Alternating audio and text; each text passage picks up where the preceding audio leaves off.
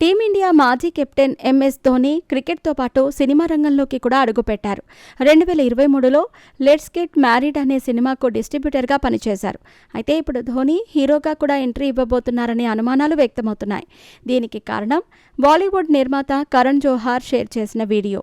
ధోని ఓ కొత్త రొమాంటిక్ అవతార్లో కనిపించబోతున్నారు అంటూ వీడియోను రిలీజ్ చేశారు. ఇందులో ధోని హార్ట్ సింబల్ బెలూన్ చేతిలో పట్టుకొని కనిపించారు.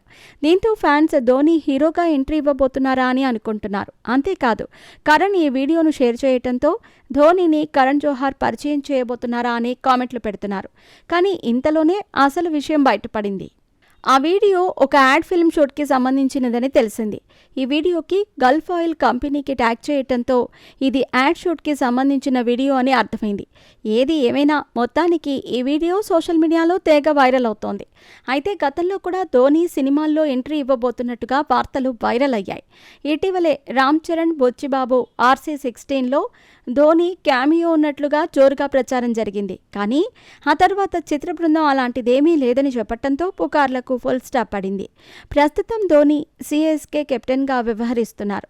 వరుసగా 5 మ్యాచుల పరాజయాల తర్వాత తాజాగా జరిగిన Lucknow super Giants versus CSK మ్యాచ్లో చెన్నై సూపర్ కింగ్స్ అద్భుత విజయం సాధించింది. ఈ విజయంలో ధోని కీలక పాత్ర పోషించటం విశేషం.